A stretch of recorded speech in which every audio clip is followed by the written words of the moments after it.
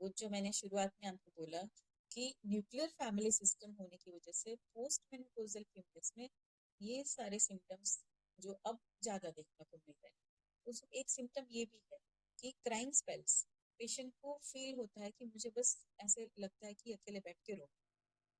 तो वहां पर I did counselling of that patient. ये क्यों होता है कि साधक पित्त जो है उस पेशेंट में वहां पर इन्वॉल्व रहता है, एंड ड्यू टू दैट साधक पित्त उस पेशेंट्स में ये फीलिंग आती है। देन वहां पर हम लोग उसको प्राणायाम बताते हैं, अनुलोम विलोम प्राणायाम है, शीतली प्राणायाम है, मेडिटेशन है, योग निद्रा है। ये उसको हम बताते हैं कि तुमको ये आपको ये करना है, और यू हैव टू फॉलो पित्त शाम, उसको पित्त शाम चिकित्सा हम देते हैं कि ये थोड़ा मन उसका शांत रहे, रजोगुण उसका कम हो, और इरिटेबिलिटी जो है उसकी, क्राइम स्पेल जो उसको फीमेल को आता है वो उससे कम होते हैं। और शिरोधारा तो बहुत अच्छा हमने इस पे प्रोजेक्ट भी किया है अभी, कि सर्वांग अभ्यंग शिरोधारा, ये पेशेंट्स को हमने कराया विद लाइफस्टाइल मॉडिफिकेशन। तो काफी पेशेंट्स को इम्प्रूवमेंट मिलती है। तो शिरोधारा सो मेनी टाइम्स क्या रहता है कि पेशेंट्स नहीं आ पाती हैं आपके पास, तो यू कैन एडवाइस कि आप घर में, हम लोग बताते हैं कि घर में आप लोग इस प्रकार से एक बर्तन में मेडिसिन डाल के कर सकते हो। इसमें दो तीन प्रकार की शिरोधारा हम एडवाइस करते हैं। तक्रधारा पेशेंट करवा सकती है। उसमें क्या करते हैं, जो तक्र बनाई जाती है इस पेशेंट, इन पेशेंट में जिनमें इरिटेबिलिटी वाले सिम्टम्स हैं, साइकोलॉजिकल सिम्टम्स है पोस्ट मेनोपॉजल में, वहाँ जो मिल्क मिल करते हैं उस टाइम उसमें मेडिसिन ऐड कर दी। पहले हम क्वाथ थोड़ा सा बनवा देते हैं कि पानी की मेडिसिन बॉईल करनी, जैसे जटामासी है, आमलकी है, ब्राह्मी है, ये बॉईल कर देते हैं। फिर उसमें मिल्क डाल के उसको बॉईल कर, ठीक है। बॉईल होने के बाद ठंडा होगा, उसी का दही लगा, दही लगाने के बाद उसकी तक्र बनाएगी, और उस तक्र से उसको शिरोधारा। एक तो ये हम करते हैं। अगर अफोर्ड कर सकते तो मेडिकेटेड ऑयल, आप बला अश्वगंधादी तेल से हमने किया था पेशेंट में। बला अश्वगंधादी तेल जो है वो बहुत ही अच्छा कामिंग इफेक्ट देता है। अगर पेशेंट्स में इरिटेबिलिटी लाइक सिम्टम्स या साइकोलॉजिकल प्रॉब्लम्स अगर हैं मेनोपॉज वाले में, तो उससे भी आप शिरोधारा पेशेंट को बता सकते हो। कुछ नहीं तो दुग्ध से भी पेशेंट कर सकती है शिरोधारा, अगर आप उसको बोले कि घर में करना है तो घर में कोई असिस्ट करा सकता है, तो घर पे भी वो दुग्ध से शिरोधारा कर सकती है पेशेंट। तो इस प्रकार से कोई एक थेरापी जरूर हम किसी ने किसी प्रॉब्लम, जो भी पेशेंट प्रॉब्लम लेके आती है उसमें आप थेरापी जो है वो पेशेंट को बता सकते हो, ठीक है। एंड अब आ गया कि एक एक सिस्टम, जो जीआईटी सिस्टम अगर पेशेंट का बोलते हैं कि गेस्ट्रो इंटेस्टिनल सिस्टम जो अगर उसका इन्वॉल्व होता है, गेस्ट्रो इंटेस्टिनल क्यों इन्वॉल्व होगा, वात वृद्धि हुई है, अग्निमांद्य हुआ है, और उन पेशेंट्स में आपको ये सिम्टम्स मिलते हैं जिनको prior to menopause dietary habits सही नहीं थी, ठीक है। डाइटरी हैबिट्स अगर पेशेंट्स की सही नहीं थी तो वहां पर आम की वृद्धि हुई, आम वृद्धि है, श्रोतोरोध है, अग्निमांद्य, उन पेशेंट्स में आपको जीआईटी से रिलेटेड सिम्टम्स मिले। जैसे कि पेशेंट को कॉन्स्टिपेशन हो जाता है, और उसको, हम यहाँ तो दिल्ली में जैसे पेशेंट्स आते हैं मैडम, गैस बनती है, वे बहुत कॉमन सिम्टम जो है पेशेंट्स बताती हैं कि गैस की प्रॉब्लम हो रही है, ठीक है। पेशेंट को गैस हो रही है, डिस्टेंशन हो रहा है, भूख कम हो रही है, डिस्पेप्सिया की प्रॉब्लम होती है। तो इस प्रकार से उन्हीं पेशेंट्स को होती है जिनको प्रीवियसली डाइटरी हैबिट्स उनकी सही नहीं थी। जब हम डिटेल हिस्ट्री लेते हैं उसके पिछले 5-10 साल पहले की, अगर बैक हम जाते हैं तो उसमें वो प्रॉब्लम हो सकती है, ठीक है। और इसके अलावा थोड़ा सा हम, ये तो मैंने छोटी छोटी प्रॉब्लम्स आपको बताई, इससे थोड़ा सा हम ऊपर जाते हैं, जो क्रॉनिक प्रॉब्लम्स होती हैं वो लाइक अस्थि धातु का क्षय हुआ है, तो ऑस्टियोआर्थराइटिस पेशेंट में बहुत कॉमन केस है आफ्टर मेनोपॉज कि जो बोन्स हैं वो फ्रिजाइल हो जाते हैं, और थोड़ा सा भी अगर गिरते हैं, चोट लगती है, तो तुरंत वहां पर फ्रैक्चर होने के चांसेस। और ये जो होता है, इसको प्रिवेंटिव एस्पेक्ट अगर हम देखते हैं तो 30 इयर्स एज तक जितना कंजप्शन उन्होंने दुग्ध का, कैल्शियम का किया है, तो उन पेशेंट्स में ऑस्टियोपोरोसिस कम होता है। यानी कि एक बैंक है हमारे शरीर में, जो हम बच्चों को जब हम काउंसलिंग करते हैं तो यही समझाते हैं कि अभी आप अपने बैंक में पैसा जमा करा लो, कैल्शियम जमा करा लो, 30 साल के बाद कोई जमा नहीं होगा, फिर खर्च ही खर्च होगा। तो मेनोपॉज में जो प्रॉब्लम होने वाली है उसका प्रिवेंटिव एस्पेक्ट स्टार्ट होता है मीनाक से। मीनाक के टाइम में जो उसका लाइफस्टाइल था दैट अफेक्ट्स मेनोपॉज। ठीक है, तो उस समय अगर वो उसने दुग्ध वगैरह का सेवन प्रॉपर नहीं लिया है, उसकी डाइट हैबिट सही नहीं थी, तो उसको मेनोपॉज का जो समय है उसमें प्रॉब्लम हो सकती है। तो ऑस्टियोपोरोसिस की दिक्कत भी पेशेंट्स में बहुत मिलती है। उन पेशेंट्स में फिर हम लोग अब आपके पास आई है, प्रॉब्लम्स तो हो गई, प्रिवेंटिव एस्पेक्ट से तो वो आगे निकल चुकी है, then we have to give medications. तो वहां पर हम शतावरी का प्रयोग पेशेंट्स में करते हैं। शतावरी अश्वगंधा है, वो भी हम पेशेंट्स में देते हैं जिनमें ये टेंडेंसी रहती है कि उनका बोन्स जो है वो उनमें थीनिंग स्टार्ट हो चुकी, फ्रेजाइल हो गई, अस्थि धातु का क्षय हो गया। तो वहां पर हम लोग अपनी मेडिसिन जो है शतावरी है, प्रवाल बिस्टी है, प्रवाल भस्म है, वो पेशेंट्स में हम लोग देते हैं। इसके अलावा अगर देखा जाए तो पेशेंट्स में फैमिली हिस्ट्री अगर है तो हार्ट डिसीज जो है, हाइपरटेंशन है, वो एजिंग के बाद धीरे धीरे पेशेंट्स में होने शुरू हो जाती है। एंड एक बहुत इंपॉर्टेंट या आप बोल सकते हैं लाइफ थ्रेटनिंग जो है दैट इज कैंसर। ये कैंसर 3-4 प्रकार से हो सकता है। पेशेंट को ओवेरियन कैंसर हो सकता है, ब्रेस्ट कैंसर भी हो सकता है, सर्वाइकल कैंसर भी हो सकता है। पोस्ट मेनोपॉजल पेशेंट्स में सर्वाइकल कैंसर है कि हो सकता है, उसका इंडिकेशन कब मिलता है हमें, जब मेनोपॉज हो गया है पेशेंट, 12 मंथ्स उसको पीरियड नहीं आया, तो आपने डायग्नोसिस कर दिया कि she has entered into menopause. लेकिन फिर 4-5 साल बाद आती है कि मुझे अचानक ब्लीडिंग, देन अगर ब्लीडिंग होती है तो दैट इंडिकेट्स कि there is something wrong, C A changes जो है उसकी सर्विक्स में स्टार्ट हो गए। तो इसका पहले से पता चल जाए इसके लिए हम क्या करते हैं, जब पेशेंट्स हमारे पास आते हैं तो पेप्समियर उसको एडवाइस कर देते हैं। 6 मंथ्स के गैप के बाद आप पेप्समियर एडवाइस कर सकते हैं। एंड ब्रेस्ट एग्जामिनेशन भी उनको एक्सप्लेन कर देते हैं कि कहीं भी आपको ऐसा लगता है कि ब्रेस्ट में कोई प्रॉब्लम है, कहीं ग्रोथ है, कोई ऐसा लग रहा है, तो तुरंत आप इन्फॉर्म करो डॉक्टर को। एंड देन उसके जो एप्सेस सॉरी कैंसर होने के चांसेस जो है वी कैन रिड्यूस कि वो ना हो। ठीक है, अब इसके अलावा एक होता है कि वेट गेन, सबसे बहुत बड़ी कॉमन प्रॉब्लम है दैट इज वेट गेन। अब यहाँ पर हम सोचें कि है तो क्षय अवस्था, धातुओं का क्षय हो रहा है, फिर वजन क्यों बढ़ रहा है? धातुओं का तो क्षय हुआ है तो सभी धातुओं का क्षय होना चाहिए, अस्थि धातु का भी क्षय हो रहा है, रक्त का भी क्षय हो रहा है, उसका भी क्षय, तो मेद संचय क्यों हुआ उसके शरीर? तो ये होता है कि धीरे धीरे जो धातुआग्नि मांद्य जिन पेशेंट्स में होता है वहां पर प्रीवियस धातु का अग्नि मांद्य हुआ, मेद धातु का अग्नि मांद्य हुआ, तो क्या होता है कि अस्थि तो क्षय हुआ लेकिन मेद धातु एज इट इज संचय धीरे धीरे होता है। ठीक है, तो जिनमें ये फ्रिजाइल बोन्स वगैरह की प्रॉब्लम होती है उनको क्या बोला जाता है कि आप अपना वेट कम करो। तो कारण यही होता है कि मेद धातु अग्निमांद्य हुआ है, मेद धातु अग्निमांद्य से अस्थि क्षय हुआ है, उपधातु कम बन रही है, तो धातु एज इट इज वहां पर कलेक्ट होती रहती है।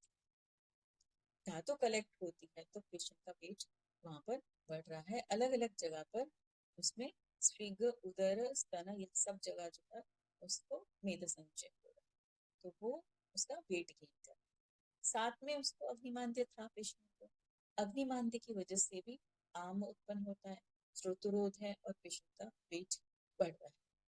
इस कंडीशन में हम लोग क्या करते हैं, उसको ज्यादा एक्सरसाइज पेशेंट नहीं कर पाती क्योंकि वेट भी बढ़ा है, एजिंग भी है, तो यू कैन नॉट एडवाइज उसको पूरा एरोबिक एक्सरसाइज बताओ कि ऐसा कुछ।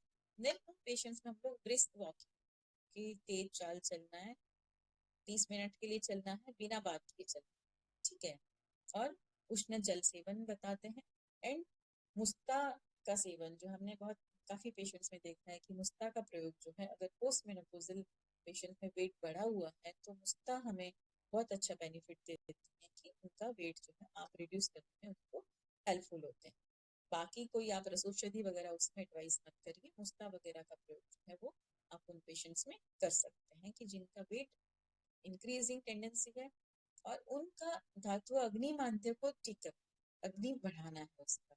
बेशक ओबेसिटी, वेट बढ़ा है, लेकिन फिर भी आपको अग्नि बढ़ाने वाली औषधि उसमें देनी, जिससे क्या होगा कि मेद, आम का संचय नहीं होगा और मेद का संचय, और फर्दर धातु अग्नि मांद्य भी जो उस पेशेंट्स में नहीं होगा।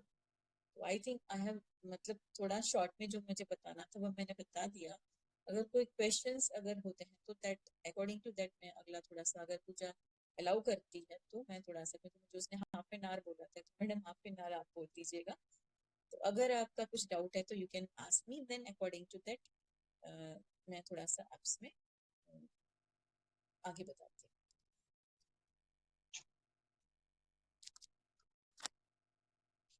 And if there is no question I can end this session. मुझे लगता है कि क्वेश्चन तो नहीं था कोई खास।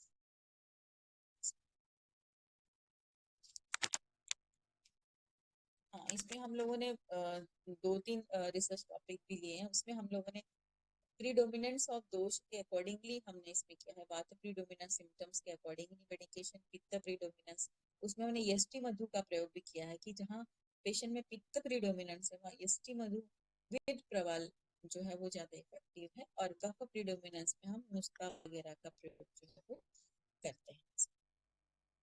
तो I think I should and this session, अगर कोई क्वेश्चन नहीं है तो।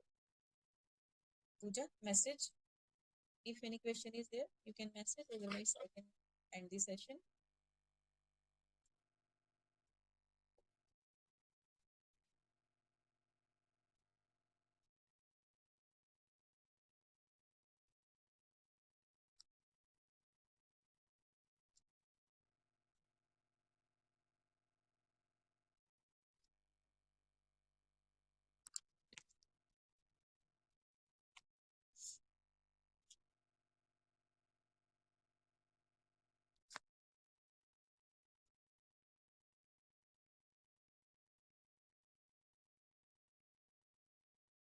Okay, thank you very much.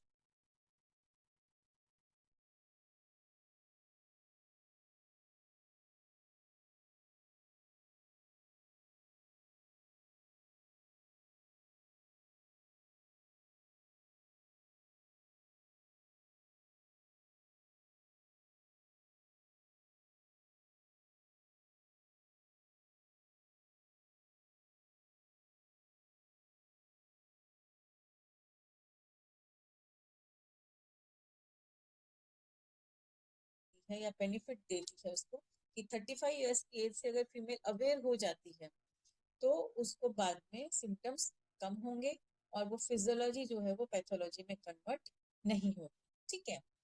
और जो एज बताई है मैंने पोस्ट, वो बताई है 45 to 55 ऑलमोस्ट बताई है। अगर एवरेज हम निकालते हैं तो दैट इज ऑफ 52 ईयर्स या 51 ईयर्स एवरेज। लेकिन अब हम जो देख रहे हैं वो शिफ्ट दिख रहा है कि 45 से भी पहले होने लगा है, जिसको हम अर्ली मेनोपॉज बोलते थे, जो 45 से पहले होता था। और 40 से पहले जो होता था उसको प्री मैच्योर, यानी समय से पहले ही हो जाना, उसको प्री मैच्योर, जैसे प्री मैच्योर डिलीवरी होती है वैसे प्री मैच्योर बेबी होता है, लाइक दैट मेनोपॉज भी प्री मैच्योर होता है। तो ऐसा प्री मैच्योर मेनोपॉज उसको बोलते हैं। तो 40 साल से पहले ही उसको मेनोपॉज हो गया। तो 40 साल की उम्र में अगर मेनोपॉज हुआ है और उसने 70-80 ईयर्स की एज तक जीना है, तो 40 साल वो उस फेज में जीने वाली है जो पूरा वात प्रीडोमिनेंट फेज उसकी लाइफ की है। और साथ में वात के साथ साथ क्या है, धातु क्षय, डिप्लेशन हो रही है सारी धातु। हमारे शरीर में डीजनरेशन तब से स्टार्ट हो जाती है जब से बर्थ हुआ है, जन्म से ही डीजनरेशन स्टार्ट हो जाती है। और मेनोपॉज के बाद और डिप्लेशन डिप्लेशन डिप्लेशन, सारी धातुओं का क्षय शुरू हो जाता है। तो उन क्षय के हिसाब से सिम्टम्स भी हर एक स्त्री में अलग अलग आते हैं। और उसमें जो रोल रहता है वो रहता है कि लाइफस्टाइल का, डाइट का, सराउंडिंग्स का, उनकी आसपास की सराउंडिंग्स कैसी है, उनका फैमिलियल सपोर्ट कैसा है। जनरली पहले जैसे मैंने देखा है कि पहले बहुत साल पहले जो हमारे यहाँ सोशल सिक्योरिटी थी और सारे संयुक्त परिवार में रहते थे। अब क्या है कि न्यूक्लियर फैमिली में रहने लग पड़े, तो न्यूक्लियर फैमिली का भी इम्पैक्ट जो पड़ रहा है मेनोपॉज के ऊपर, और उससे इरिटेबिलिटी जो है फीमेल्स में बहुत ज्यादा देखने को मिल रही है। चिड़चिड़ापन जो है वो भी फीमेल्स में ज्यादा देखने को मिल रहा है, क्योंकि उनका मन जो है उसमें रजोगुण की वृद्धि खोज रही है। तो वो रजोगुण की वृद्धि, अकेलापन, ये सारे मिलने के बाद उसको साइकोलॉजिकल सिम्टम्स जो है वो फीमेल्स में बहुत सारे मिलने लगे हैं। तो अकॉर्डिंग टू दैट हम लोग फीमेल्स को ट्रीटमेंट करते हैं कि हमें जो जो प्रॉब्लम्स लेकर पेशेंट्स आई हैं उसके हिसाब से हमें उनको ठीक करना है। अब मैं थ्योरी पोर्शन में ज्यादा नहीं जाऊंगी, लेकिन हमारे पास जो पेशेंट्स आते हैं, हाउ वी डील देम, वो थोड़े थोड़े कुछ examples according to problem, according to symptoms जो वो बताती है कॉमनली, वो मैं थोड़े से एग्जांपल आपको बताना चाहूंगी। और उसके बाद अकॉर्डिंग टू दैट अगर किसी के क्वेश्चंस होंगे तो अकॉर्डिंग टू दैट मैं थोड़ा थोड़ा उसमें एडिशन एल्ट्रेशन करती हूँ। तो सिस्टम है रिप्रोडक्टिव सिस्टम, ठीक है। तो जेनेटल सिस्टम है, सीधा सीधा इफेक्ट, उसका काम बंद हुआ तो इफेक्ट आ गया सिस्टम के ऊपर, ठीक है। तो उस सिस्टम से रिलेटेड बीइंग गायनेकोलॉजिस्ट हमारे पास जो पेशेंट्स आते हैं उसके मैं कुछ आपको एग्जांपल दूं कि क्या प्रॉब्लम लेकर फीमेल्स आती हैं and how we deal them. Common problem that is patient आपके पास आती है, जो हम चेक करने के बाद पता चलता है एट्रोफिक वेजिनाइटिस, वहां पर वो आती है कि ड्राइनेस की प्रॉब्लम होती है, जो विजाइनल ड्राइनेस, ईचिंग, इस प्रकार की कॉमन प्रॉब्लम लेकर जो इस सिस्टम से रिलेटेड है वो लेकर आए। तो एक केस में आपको डायरेक्टली केस पे ही जा रही हूँ कि पेशेंट आई हमारे पास जिसको था एट्रोपिक विजिनाइटिस, राइट। तो अगर हम अपने आयुर्वेदिक प्रिंसिपल के हिसाब से देखते हैं तो रसद धातु का क्षय हुआ। रसद धातु सीधा सीधा रिलेटेड है त्वचा के साथ, ठीक है। तो रसद धातु क्षय, उसके रसद क्षय के लक्षण क्या है?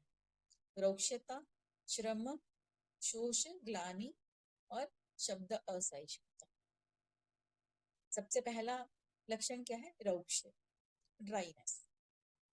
एट्रोपिक विजाइनाइटिस की पेशेंट्स में या जो itching vulva post menopausal, menopause से पहले वाले पीरियड में आती है, वो उनको होती है due to excessive vaginal discharge, itching होती है। लेकिन आफ्टर मेनोपोज जो हमारे पास पेशेंट्स आती हैं उनको इचिंग की होती है ड्यू टू ड्राइनेस। ड्राइनेस है, उसको इचिंग हो रही। मॉडर्न डॉक्टर्स के पास अगर जाते हैं तो ईस्ट्रोजन क्रीम्स जो है वो उनको लगाने के लिए देते हैं। तो ये पेशेंट जो थी उसने वो भी यूज करके देखा था ईस्ट्रोजन क्रीम, थोड़े टाइम उसने यूज करी, उसको फिर से रिपीटेडली होने लगा। जैसे आप सबको एक्सपीरियंस है कि हमारे पास पेशेंट्स आते हैं मॉडर्न से ट्रीटमेंट लेने के बाद आए, ठीक है।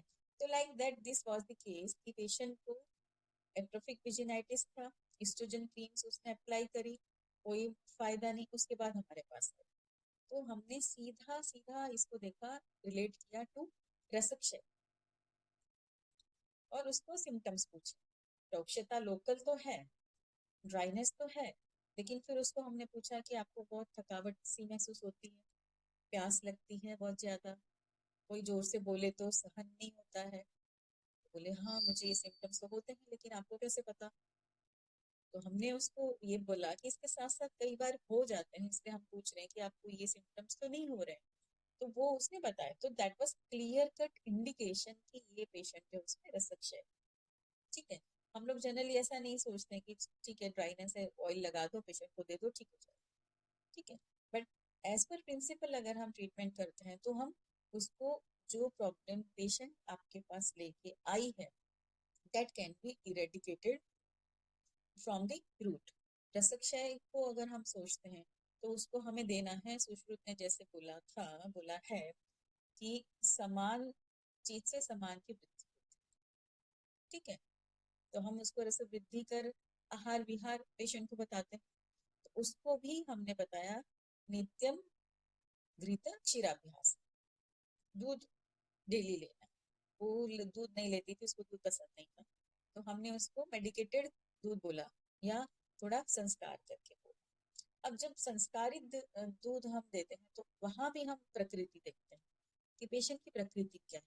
वात प्रकृति है तो उससे संस्कारित देंगे, पित्त प्रकृति है तो उससे सिम्टम जो है वो वात वाले हैं, रसक्षय है, वातवृत्ति है, ड्राइनेस है। बट पित्त प्रकृति है तो हम केसर से मेडिकेटेड दूध उसको बोलेंगे। कफ प्रकृति के पेशेंट को भी ये सिम्टम होते हैं, तब हम उसको त्रिकटु सिद्ध दुग्ध बोलते हैं।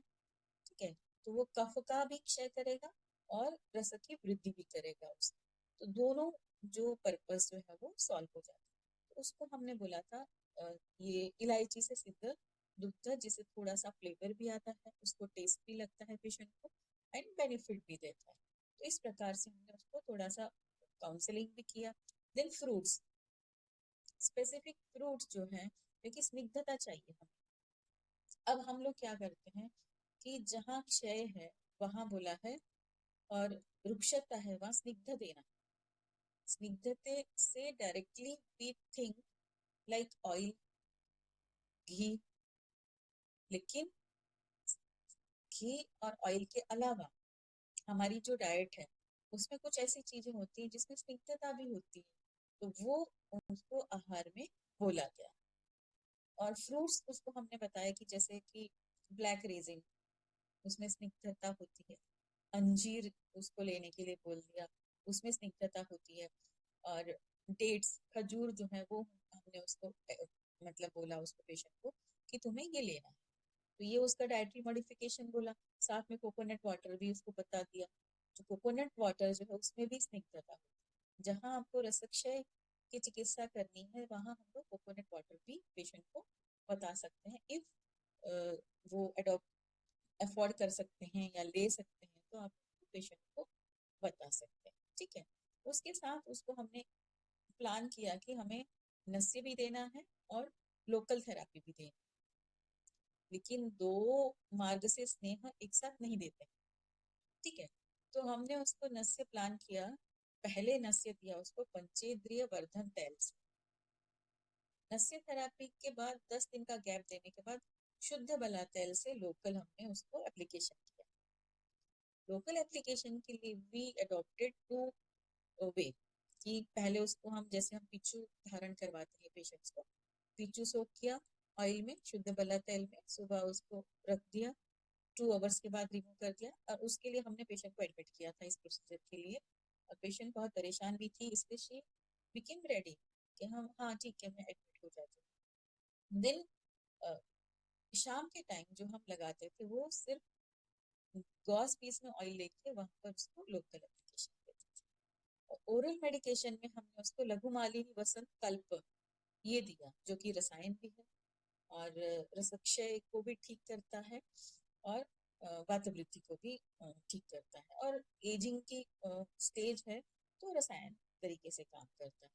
इस प्रकार से पेशेंट को हमने पूरा ट्रीटमेंट प्रोटोकॉल दिया according to the principle of dhatukshaya. ठीक है, था उसको atopic vaginitis, then she responded और बाद में उसको रिलैप्स नहीं, फिर से नहीं प्रॉब्लम। तो ये बहुत कॉमन प्रॉब्लम है, पेशेंट आपके पास आती है एटोपिक वेजिनाइटिस, डायग्नोस्ड केसेस आते हैं कि इचिंग बल्बा है, ड्राइनेस है, तो वो एटोपिक वेजिनाइटिस होता है क्योंकि एट्रोफी हुई है वहाँ लोकल स्किन जो है त्वचा है वहाँ एट्रोफी हुई है, रुक्षता हुई है, तो पेशेंट को प्रॉब्लम होती है। देन इसके साथ साथ पेशेंट्स आपके पास आती है कि डिस्पेरूनिया। ठीक है, डिस्पेरूनिया की पेशेंट्स भी आती हैं, वहां पर एक कॉमन जो प्रॉब्लम है वो हमने जो नोट किया है दैट इज कॉन्स्टिपेशन। वात वृद्धि हुई है, वात वृद्धि के साथ साथ ये कॉन्स्टिपेशन की प्रॉब्लम पेशेंट में हो जाती है। और ड्यू टू कॉन्स्टिपेशन भी कई बार पेशेंट्स को डिस्पेरूनिया रहता है, एंड दैट जो है वो हम कभी पूछते नहीं, सो मेनी टाइम्स क्या होता है ओवरलुक हो जाता है, हाँ ठीक है कॉन्स्टिपेशन है कोई दिक्कत। तो कुछ पेशेंट्स में हमें कॉन्स्टिपेशन भी अगर हमने ठीक कर दिया तो उसका डिस्पेरूनिया ठीक हो जाता है।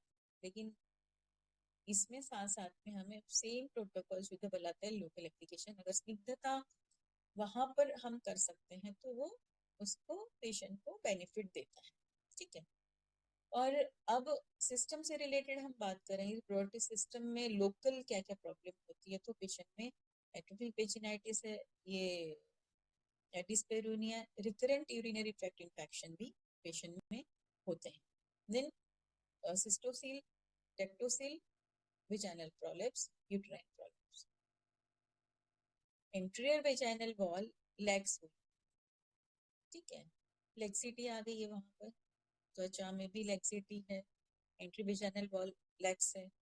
तो साथ में हिस्ट्री लेते हैं कि कहीं होम डिलीवरी की पेशेंट की हिस्ट्री है, क्रॉनिक कॉन्स्टिपेशन, क्रॉनिक कफ, ये सारे अगर एग्रेवेटेड फैक्टर्स होंगे तो पेशेंट को इंटीरियर वेजाइनल वॉल लैक्सिटी मिलेगी, साथ में पोस्टीरियर वेजाइनल वॉल पे लैक्सिटी मिलेगी। तो इंटीरियर वेजाइनल वॉल लैक्सिटी को हम कहते हैं cystocele, and posterior vaginal wall laxity is रेक्टोसील।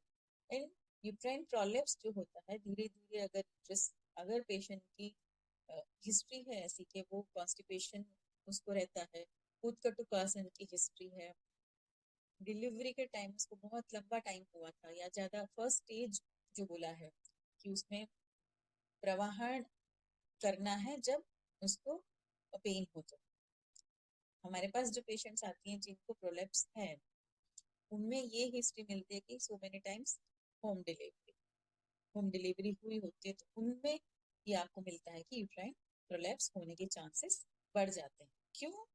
क्योंकि वो फर्स्ट स्टेज जब है लेबर की, तब वो प्रवाहन करती है विदाउट पेन, कॉन्ट्रेक्शंस नहीं है, and she do bearing down efforts. तो उन पेशेंट्स में की लिगामेंट्स की लैक्सिटी हो चुकी होती है तब, तो इसीलिए उसमें ये मिलता है। अगर ऐसी हिस्ट्री नहीं है तो क्रॉनिक कॉन्स्टिपेशन है, इंट्रा एब्डोमिनल प्रेशर उसका रिलीफ बढ़ जाता है, तो धीरे धीरे प्रेशर बढ़ता है लॉन्ग टर्म, तो लिगामेंट्स जो है वो शिथिल हो गए। और अब मेनोपॉज में क्या हुआ, मांसक्षय हुआ, मेदक्षय हुआ है, लिगामेंट्स में लैक्सिटी आ गई। लैक्सिटी आने से जो प्रीडिस्पोजिंग फैक्टर्स बढ़ गए, तो पेशेंट में आपको मिलेगा यूट्राइन प्रोलेप्स। अब प्रोलेप्स के केसेस में क्या करते हैं हम लोग, फर्स्ट एंड सेकेंड डिग्री अगर प्रोलेप्स है तो उस पेशेंट्स में हम एक तो वही पिछू धारण करवाते हैं डिफरेंट ऑयल से, चांदेरी घृत से भी करा सकते हो, लज्जालू कल्क से भी करा सकते हैं, लज्जालू रस में डिप करके भी हम रखते हैं। साथ में अश्विनी मुद्रा बहुत अच्छा ये आ, है। अश्विनी मुद्रा जो है वो पेशेंट को बताते हैं, जो सांस अंदर लेके जो रेक्टम एरिया को अंदर खींचना है, लाइक कीगल्स एक्सरसाइज जो हम बताते हैं, कीगल्स एक्सरसाइज जो होती है, अकॉर्डिंग टू दैट पेशेंट को अश्विनी मुद्रा बोलते हैं करने के लिए, और साथ में कुंभक बोलते हैं करने, ठीक है। तो उससे जो प्रोलेप्स वाला जो प्रॉब्लम है, जो नीचे की तरफ आ रहा था वो अंदर की तरफ, वो बहुत टाइम लेकर वो अंदर की तरफ उसको सपोर्ट करता है कि वो गया। एंड जब इन केसेस में पिछू धारण जब हम कराते हैं तो साथ में गोफना बंद भी बांधते हैं हम लोग। गोफना बंद रहता है कि जैसे लंगोट टाइप जो बोलते हैं जिसको, वो बंद जो बांधा जाता है पेशेंट में, जिससे कि वो यूट्रस रिटेन, यूट्रस के प्रेशर से गॉज जो आपने इंट्रोड्यूस किया है, जो पिचू रखा है, वो बाहर एक्सपल ना हो जाए और सपोर्टिव रहे, इसलिए हम गोफना बंद पेशेंट को बांध देते हैं। और जब तक उसको यूरिन अर्ज नहीं होती है तब तक वो पिचू वहां पर रहता है। तो वो रिपीटेडली हम करते हैं, 7 डेज किया, फिर 10 डेज का गैप दिया, फिर 7 डेज किया, ऐसे 2 या 3 सिटिंग में आपके पेशेंट को बेनिफिट मिल जाता है। अगर यूट्राइन प्रोलैप्स से वहां पर लैक्सिटी है उसको, तो वो बेनिफिट मिलता है। अब रिप्रोडक्टिव सिस्टम से रिलेटेड दूसरी एक प्रॉब्लम है डिक्रीज्ड लिबिडो। बहुत बार पेशेंट्स नहीं बताते, लेकिन कुछ अब upper class upper middle class की जो फीमेल्स है वो कई बार शेयर करती हैं, लोअर मिडिल क्लास फीमेल्स जो है they never share with you कि ये मुझे प्रॉब्लम्स है। तो ये प्रॉब्लम भी मेनोपॉज की जो फेज है उसमें पेशेंट्स को हो जाती है, डिक्रीज लिपिडो। तो वहां पर भी हमारी जो वृश्यवाजीकरण औषधियां हैं वो काम करती हैं, बट वहां पर भी उस पेशेंट को साइकोलॉजिकल सपोर्ट की जरूरत है। हमें उसको सपोर्ट करना है पेशेंट को, जिससे मानसिक उसका संतुलन सही रहता है, तो वो जो उसकी डिक्रीज लिपिडो वाली प्रॉब्लम है वो ठीक हो जाती है। और साथ में हम लोग सो मेनी टाइम शिरोधारा भी इन पेशेंट्स में करा देते हैं टू काम, उसका मन शांत रहेगा, जो अलग अलग विचार उसके आ रहे थे वो विचार की कमी होगी, तो इम्प्रूवमेंट जो है वो आपकी ट्रीटमेंट का उसमें मिलता है। और साथ में यूट्रस के एडजॉइनिंग स्ट्रक्चर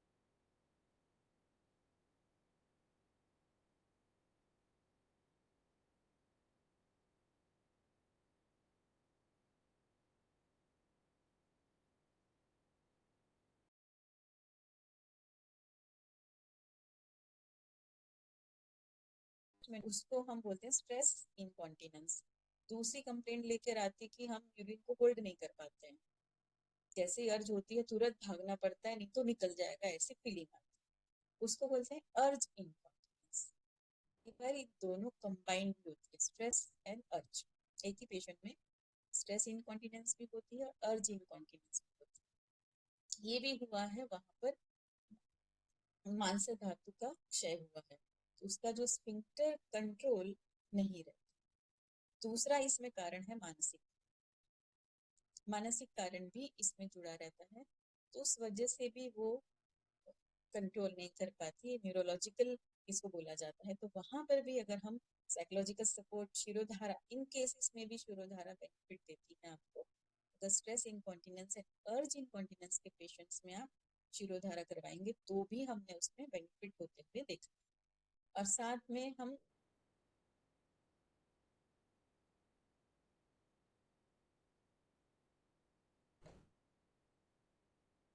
कराते हैं, लेकिन हम अकॉर्डिंग टू पेशेंट थोड़ा सा चेंज कर देते हैं कि बलातय से करना है, शुद्ध बला से करना है, क्षीर बला से करना है, या और मेडिकेटेड ऑयल से करना है। और साथ में इसमें हम लोग अवगाहन भी कराते हैं पेशेंट को। दशफुल क्वाथ बना लीजिए, उसको बोलेंगे घर पे ही आप उसमें अवगाहन स्वेद कीजिए दशफुल क्वाथ से।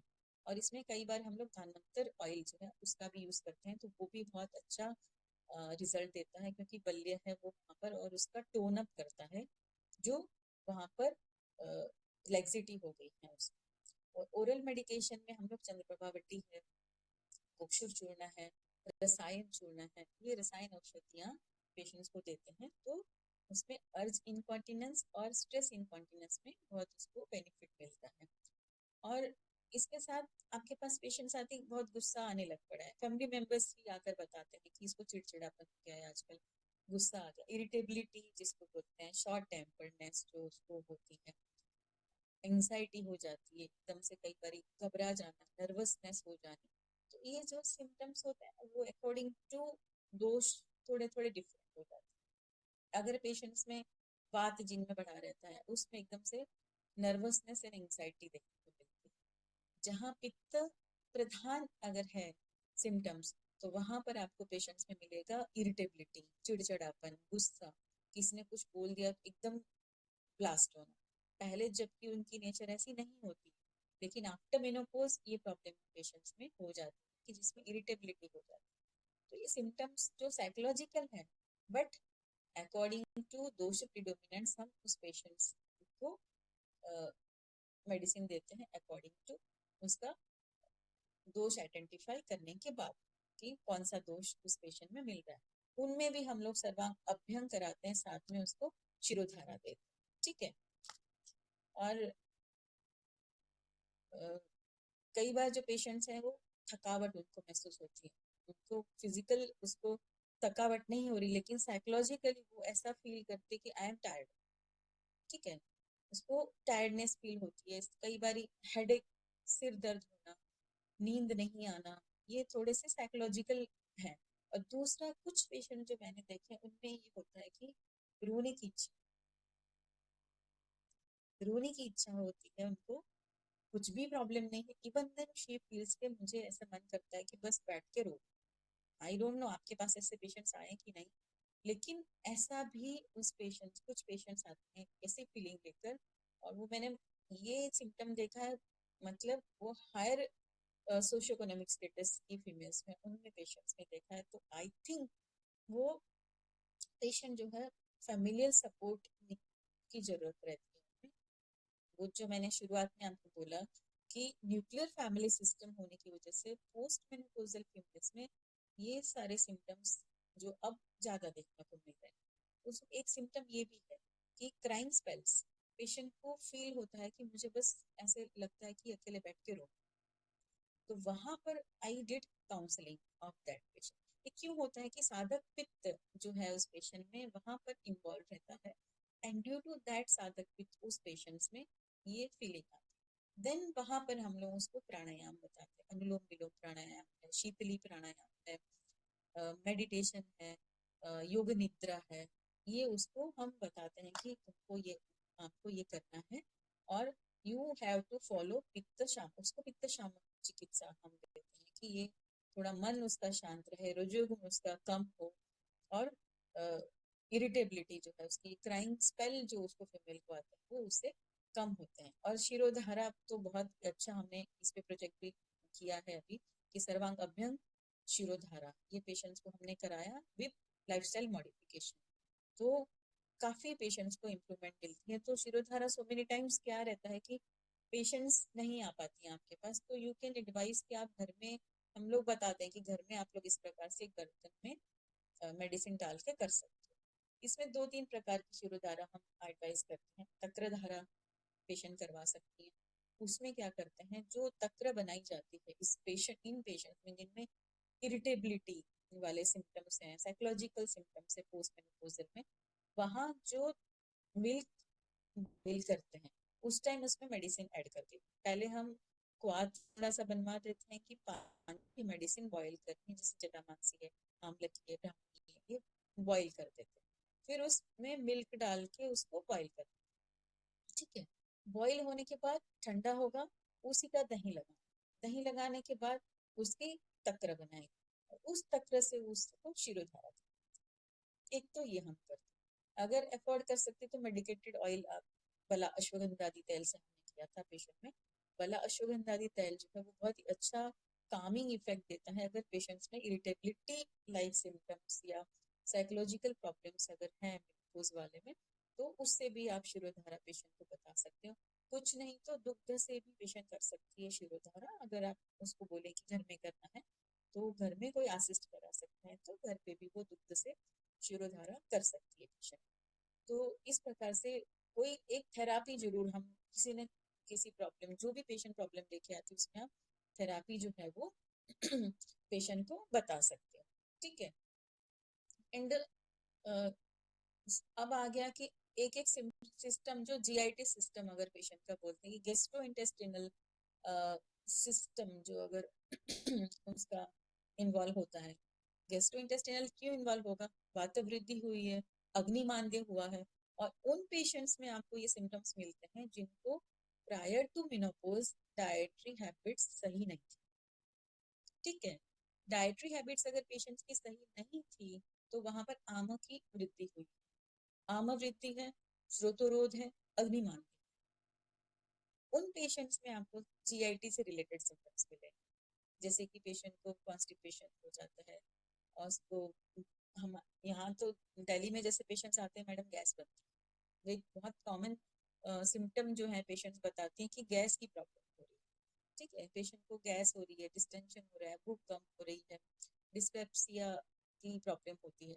तो इस प्रकार से उन्हीं पेशेंट्स को होती है जिनको प्रीवियसली डाइटरी हैबिट्स उनकी सही नहीं थी। जब हम डिटेल हिस्ट्री लेते हैं उसके पिछले 5-10 साल पहले की, अगर बैक हम जाते हैं तो उसमें वो प्रॉब्लम हो सकती है, ठीक है।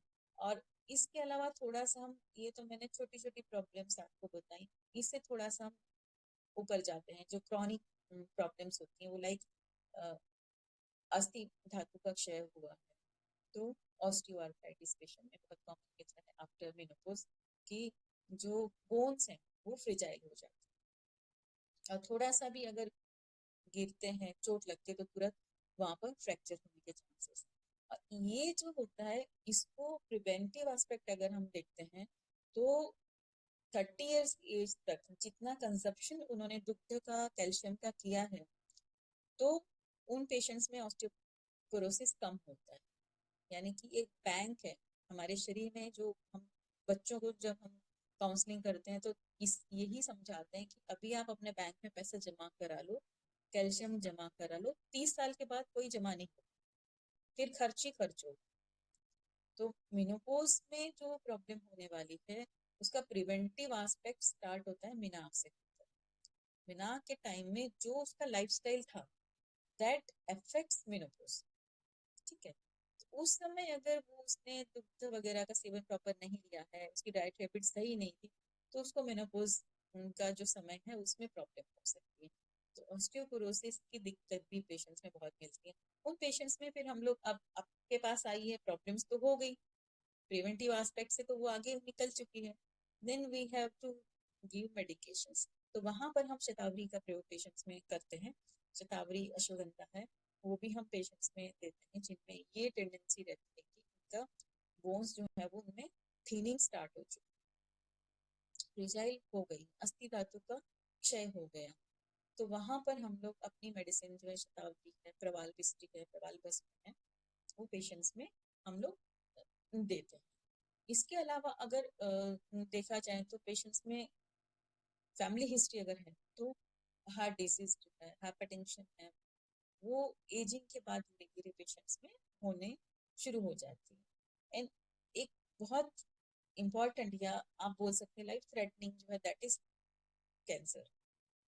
ये कैंसर 3-4 प्रकार से हो सकता है। पेशेंट ओवेरियन कैंसर हो सकता है, ब्रेस्ट कैंसर भी हो सकता है, सर्वाइकल कैंसर भी हो सकता है।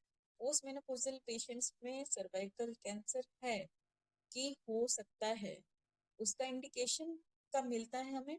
जब मेनोपॉज हो गया है पेशेंट, 12 मंथ्स उसको पीरियड नहीं आया, तो आपने डायग्नोसिस कर दिया कि she has entered into menopause. लेकिन फिर 4-5 साल बाद आती है कि मुझे अचानक ब्लीडिंग, देन अगर ब्लीडिंग होती है तो दैट इंडिकेट्स कि there is something wrong, C A changes जो है उसकी सर्विक्स में स्टार्ट हो गए। तो इसका पहले से पता चल जाए इसके लिए हम क्या करते हैं, जब पेशेंट्स हमारे पास आते हैं तो पेप्समियर उसको एडवाइस कर देते हैं। 6 मंथ्स के गैप के बाद आप पेप्समियर एडवाइस कर सकते हैं। एंड ब्रेस्ट एग्जामिनेशन भी उनको एक्सप्लेन कर देते हैं कि कहीं भी आपको ऐसा लगता है कि ब्रेस्ट में कोई प्रॉब्लम है, कहीं ग्रोथ है, कोई ऐसा लग रहा है, तो तुरंत आप इन्फॉर्म करो डॉक्टर को। एंड देन उसके जो एप्सेस सॉरी कैंसर होने के चांसेस जो है वी कैन रिड्यूस कि वो ना हो। ठीक है, अब इसके अलावा एक होता है कि वेट गेन, सबसे बहुत बड़ी कॉमन प्रॉब्लम है दैट इज वेट गेन। अब यहाँ पर हम सोचें कि है तो क्षय अवस्था, धातुओं का क्षय हो रहा है, फिर वजन क्यों बढ़ रहा है? धातुओं का तो क्षय हुआ है तो सभी धातुओं का क्षय होना चाहिए। अस्थि धातु का भी क्षय हो रहा है, रक्त का भी क्षय हो रहा है, और उसका भी क्षय, तो मेद संचय क्यों हुआ उसके शरीर? तो ये होता है कि धीरे धीरे जो धातुआग्नि मांद्य जिन पेशेंट्स में होता है, वहां पर प्रीवियस धातु का अग्नि मांद्य हुआ, मेद धातु का अग्नि मांद्य हुआ, तो क्या होता है कि अस्थि तो क्षय हुआ लेकिन मेद धातु एज इट इज संचय धीरे धीरे होता है। ठीक है, तो जिनमें ये फ्रिजाइल बोन्स वगैरह की प्रॉब्लम होती है उनको क्या बोला जाता है कि आप अपना वेट कम करो। तो कारण यही होता है कि मेद धातु अग्निमांद्य हुआ है, मेद धातु अग्निमांद्य से अस्थि क्षय हुआ है, उपधातु कम बन रही है, तो धातु एज इट इज वहां पर कलेक्ट होती रहती है। धातु कलेक्ट होती है तो पेशेंट का वेट वहां पर बढ़ रहा है, अलग अलग जगह पर उसमें स्फिग, उदर, स्तन, ये सब जगह जो है उसको मेद संचय हो रहा है, तो वो उसका वेट गेन कर, साथ में उसको अग्निमांद्य था पेशेंट को, अग्निमांद्य की वजह से भी आम उत्पन्न होता है, श्रोतरोध है, और पेशेंट का वेट बढ़ रहा है। इस कंडीशन में हम लोग क्या करते हैं, उसको ज्यादा एक्सरसाइज पेशेंट नहीं कर पाती क्योंकि वेट भी बढ़ा है, एजिंग भी है, तो यू कैन नॉट एडवाइज उसको पूरा एरोबिक एक्सरसाइज बताओ कि ऐसा कुछ। देन पेशेंट्स में हम लोग ब्रिस्क वॉक की तेज चाल चलना है, 30 मिनट के लिए चलना है, बिना बात के चलना है। ठीक है, और उष्ण जल सेवन बताते हैं। एंड मुस्ता का सेवन, जो हमने बहुत काफी पेशेंट्स में देखा है कि मुस्ता का प्रयोग जो है, अगर पोस्ट मेनोपॉजल पेशेंट में वेट बढ़ा हुआ है तो मुस्ता हमें बहुत अच्छा बेनिफिट देती है कि उनका वेट जो है आप रिड्यूस करने में उनको हेल्पफुल होते हैं। बाकी कोई आप रसौषधि वगैरह उसमें एडवाइस मत करिए, मुस्ता वगैरह का प्रयोग जो है वो आप उन पेशेंट्स में कर सकते हैं कि जिनका वेट इंक्रीजिंग टेंडेंसी है और उनका धातु अग्नि मांद्य को ठीक कर, अग्नि बढ़ाना है उसका। बेशक ओबेसिटी, वेट बढ़ा है, लेकिन फिर भी आपको अग्नि बढ़ाने वाली औषधि उसमें देगी, जिससे क्या होगा कि मेद, आम का संचय नहीं होगा और मेद का संचय, और फर्दर धातु अग्नि मांद्य उस पेशेंट्स में नहीं होगा। तो आई थिंक आई हैव, मतलब थोड़ा शॉर्ट में जो मुझे बताना था वो मैंने बता दिया। अगर कोई क्वेश्चंस अगर होते हैं तो दैट अकॉर्डिंग टू दैट मैं अगला थोड़ा सा, अगर पूजा अलाउ करती है तो मैं थोड़ा सा, क्योंकि मुझे उसने हाफ एन आवर बोला था, तो मैडम हाफ एन आवर आप बोल दीजिएगा। तो अगर आपका कुछ डाउट है तो you can ask me, then according to that मैं थोड़ा सा आपस में आगे बताती हूँ।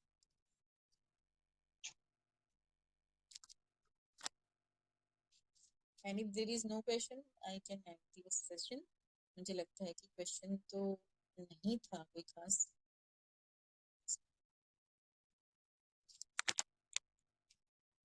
हाँ, इसमें हम लोगों ने दो तीन रिसर्च टॉपिक भी लिए हैं। उसमें हम लोगों ने प्रीडोमिनेंस ऑफ दोष के अकॉर्डिंगली हमने इसमें किया है, वात प्रीडोमिनेंस सिम्टम्स के अकॉर्डिंगली मेडिकेशन, पित्त प्रीडोमिनेंस, उसमें हमने यष्टि मधु का प्रयोग भी किया है कि जहाँ पेशेंट में पित्त प्रीडोमिनेंस है वहाँ यष्टि मधु विद प्रवाल जो है वो ज्यादा इफेक्टिव है, और कफ प्रीडोमिनेंस में हम नुस्खा वगैरह का प्रयोग जो है वो करते हैं। तो I think I should and this session, अगर कोई क्वेश्चन नहीं है तो। पूजा, message, if any question is there you can message, otherwise I can end the session.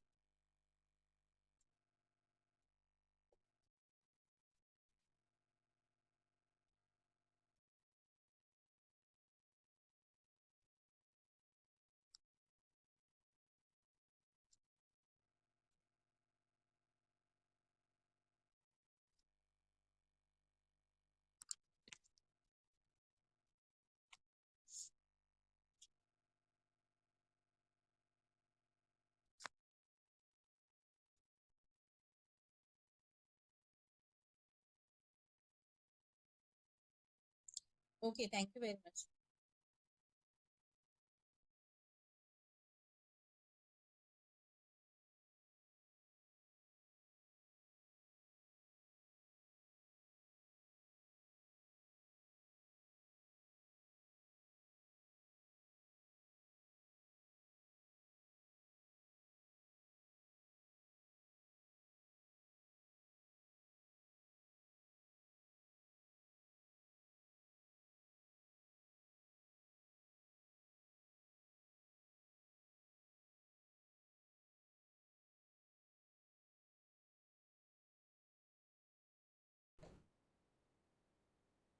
आते हैं, लेकिन हम अकॉर्डिंग टू पेशेंट थोड़ा सा चेंज कर देते हैं कि बलातय से करना है, शुद्ध बला से करना है, क्षीर बला से करना है, या और मेडिकेटेड ऑयल से करना है। और साथ में इसमें हम लोग अवगाहन भी कराते हैं पेशेंट को।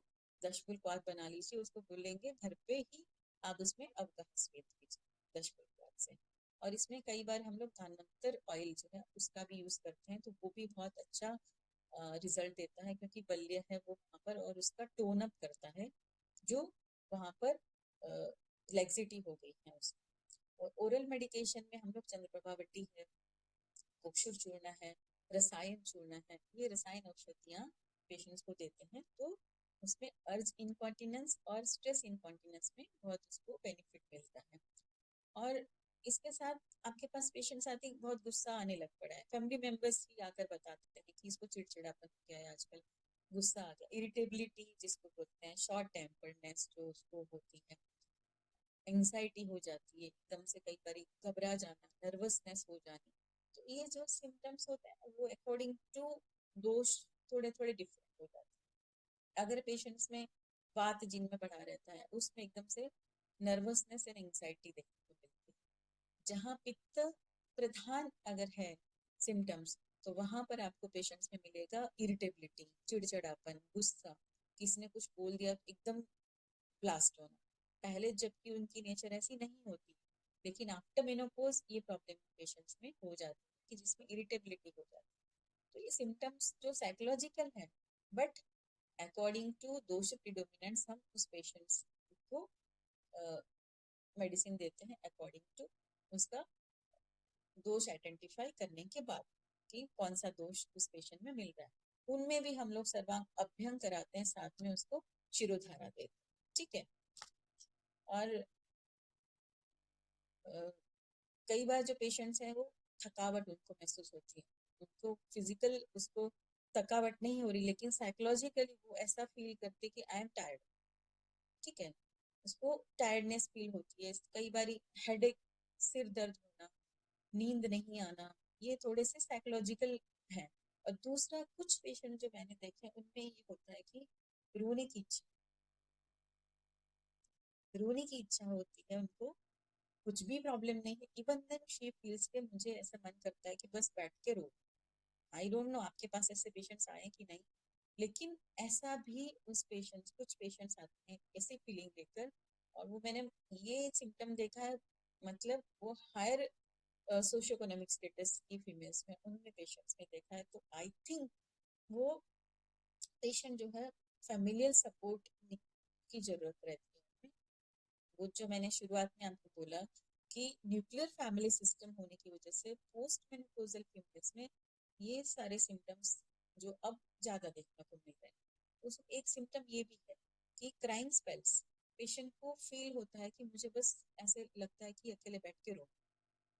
तो वहां पर I did counselling of that patient. ये क्यों होता है कि साधक पित्त जो है उस पेशेंट में वहां पर इन्वॉल्व रहता है, एंड ड्यू टू दैट साधक पित्त उस पेशेंट्स में ये फीलिंग आती है। देन वहां पर हम लोग उसको प्राणायाम बताते हैं, अनुलोम विलोम प्राणायाम है, शीतली प्राणायाम है, मेडिटेशन है, योग निद्रा है।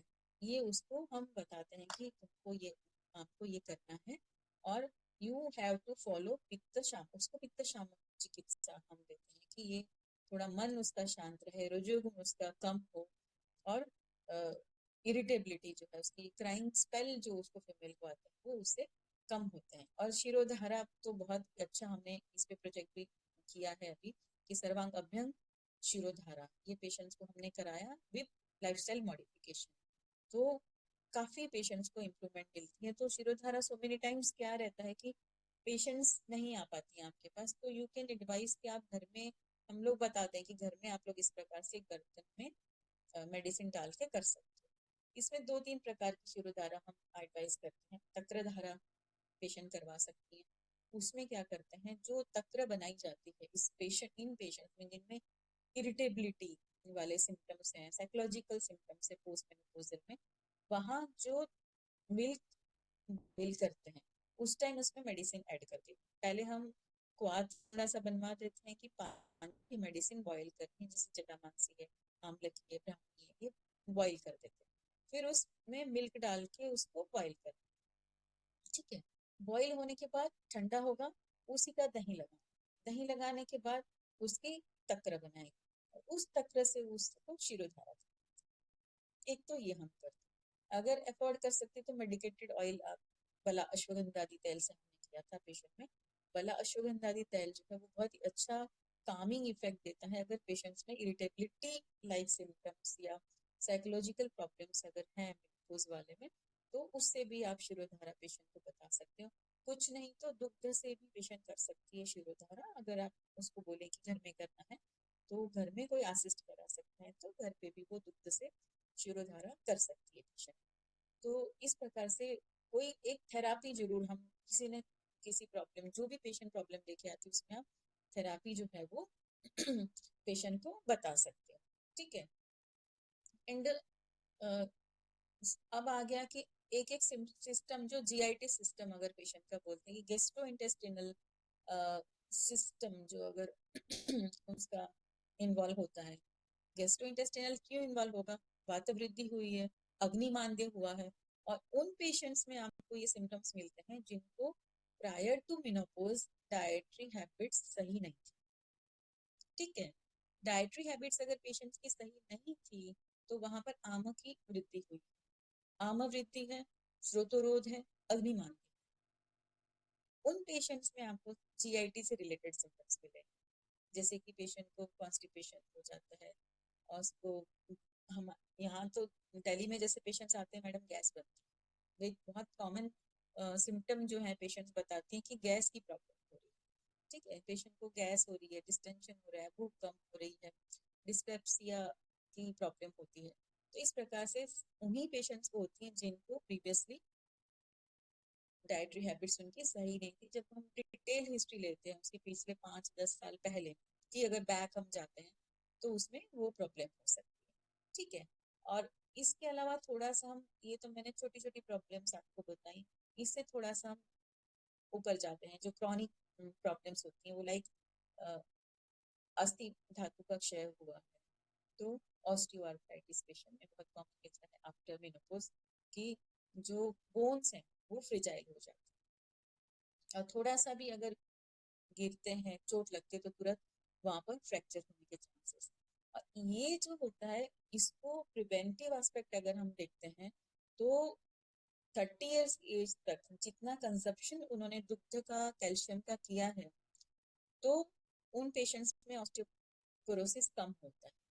यानी कि एक बैंक है हमारे शरीर में, जो हम बच्चों को जब हम काउंसलिंग करते हैं तो इस यही समझाते हैं कि अभी आप अपने बैंक में पैसे जमा करा लो, कैल्शियम जमा करा लो, 30 साल के बाद कोई जमा नहीं होगा, फिर खर्च ही खर्च हो। तो मेनोपॉज में जो प्रॉब्लम होने वाली है उसका प्रिवेंटिव एस्पेक्ट स्टार्ट होता है मीनाक से। मीनाक के टाइम में जो उसका लाइफस्टाइल था दैट अफेक्ट्स मेनोपॉज। ठीक है। तो उस समय अगर वो उसने दुग्ध वगैरह का सेवन प्रॉपर नहीं लिया है, उसकी डाइट हैबिट सही नहीं थी, तो उसको मेनोपॉज का जो समय है उसमें प्रॉब्लम हो सकती है। तो ऑस्टियोपोरोसिस की दिक्कत भी पेशेंट्स में बहुत मिलती है। उन पेशेंट्स में फिर हम लोग, अब आपके पास आई है, प्रॉब्लम्स तो हो गई, प्रिवेंटिव एस्पेक्ट से तो वो आगे निकल चुकी है, then we have to give medications. तो वहां पर हम शतावरी का प्रयोग पेशेंट्स में करते हैं।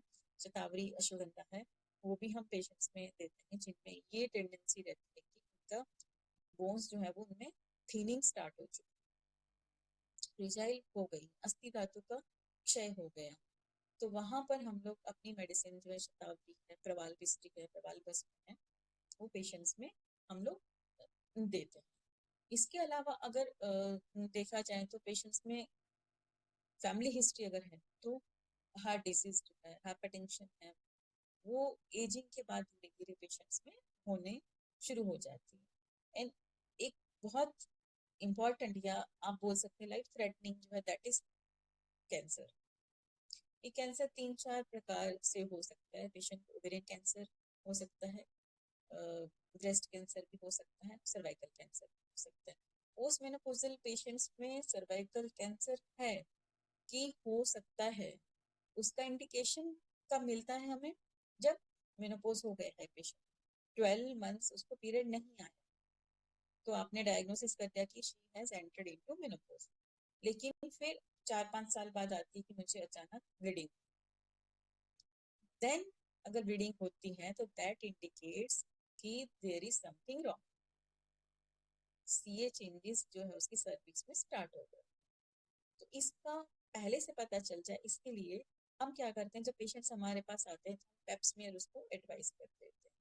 6 मंथ्स के गैप के बाद आप पेप्समियर एडवाइस कर सकते हैं। एंड ब्रेस्ट एग्जामिनेशन भी उनको एक्सप्लेन कर देते हैं कि कहीं भी आपको ऐसा लगता है कि ब्रेस्ट में कोई प्रॉब्लम है, कहीं ग्रोथ है, कोई ऐसा लग रहा है, तो तुरंत आप इन्फॉर्म करो डॉक्टर को। एंड देन उसके जो एप्सेस, सॉरी, कैंसर होने के चांसेस जो है वी कैन रिड्यूस, कि वो ना हो। ठीक है। अब इसके अलावा एक होता है कि वेट गेन, सबसे बहुत बड़ी कॉमन प्रॉब्लम है, that is weight gain.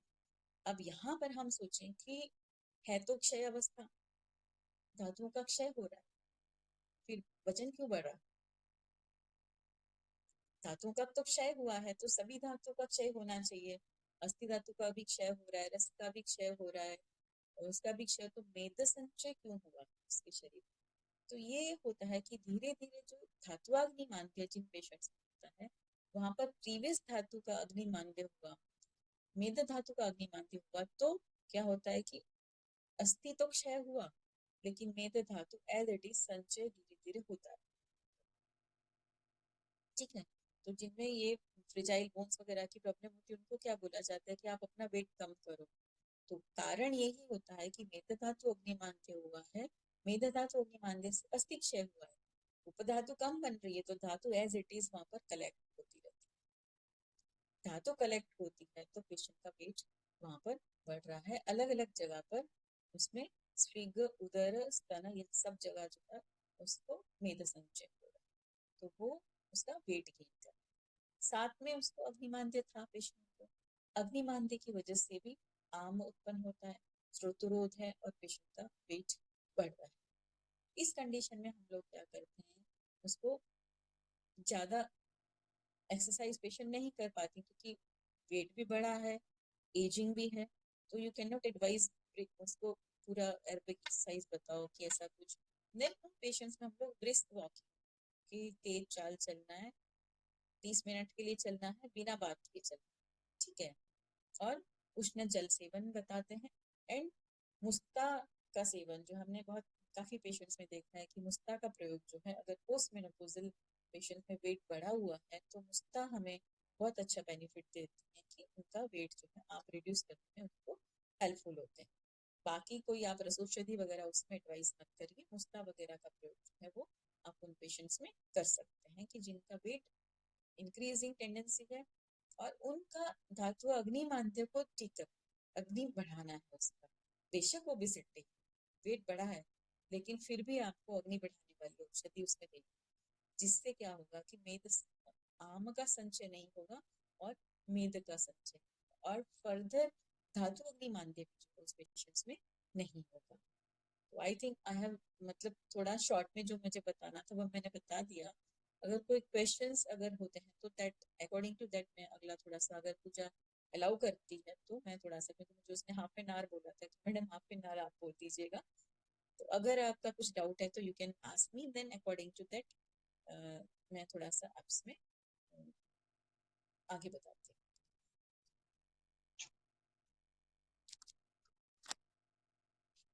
And if there is no question I can end this session.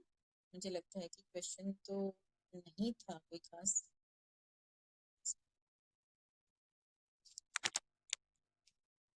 हाँ, इसमें हम लोगों ने 2-3 रिसर्च टॉपिक भी लिए हैं, उसमें हम लोगों ने प्रीडोमिनेंस ऑफ दोष के अकॉर्डिंगली हमने इसमें किया है, वात प्रीडोमिनेंस सिम्टम्स के अकॉर्डिंगली मेडिकेशन, पित्त प्रीडोमिनेंस, उसमें हमने यष्टि मधु का प्रयोग भी किया है कि जहाँ पेशेंट में पित्त प्रीडोमिनेंस है वहाँ यष्टि मधु विद प्रवाल जो है वो ज्यादा इफेक्टिव है, और कफ प्रीडोमिनेंस में हम नुस्खा वगैरह का प्रयोग जो है वो करते हैं।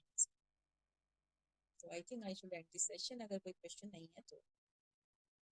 पूजा, message, if any question is there you can message, otherwise I can end the session.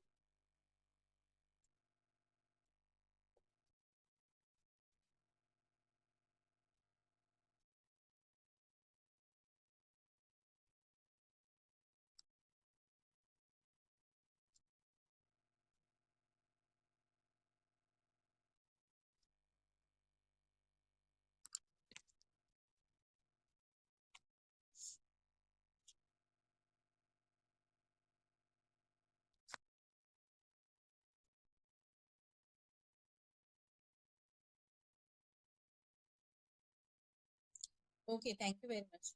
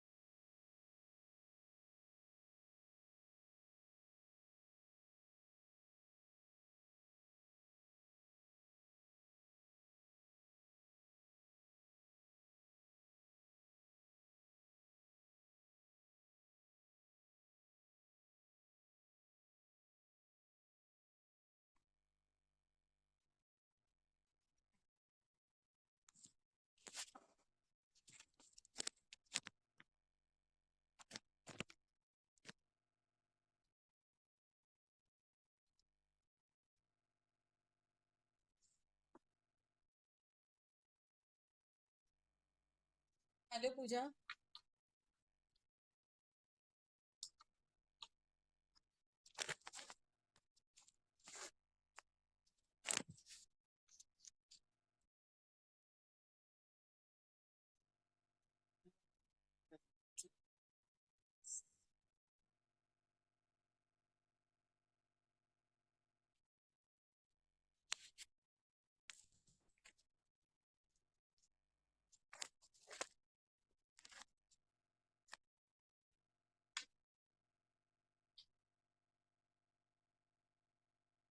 Hello Puja.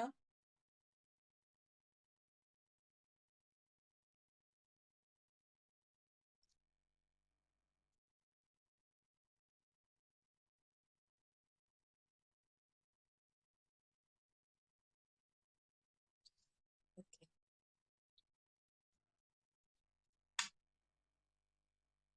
So myself, Dr. Kamini Dhiman. Today, I am going to discuss with you menopause. Thanks to Pooja Kohli for inviting me. Sorry for disturbance to all of you. Uh, Hindi में बात करते हैं, पूजा ने बोला था मुझे, sorry English में start हो गई मैं। तो जो मेनोपॉज की अवस्था जो हम बोलते हैं, ये एक फिजियोलॉजी है, राइट?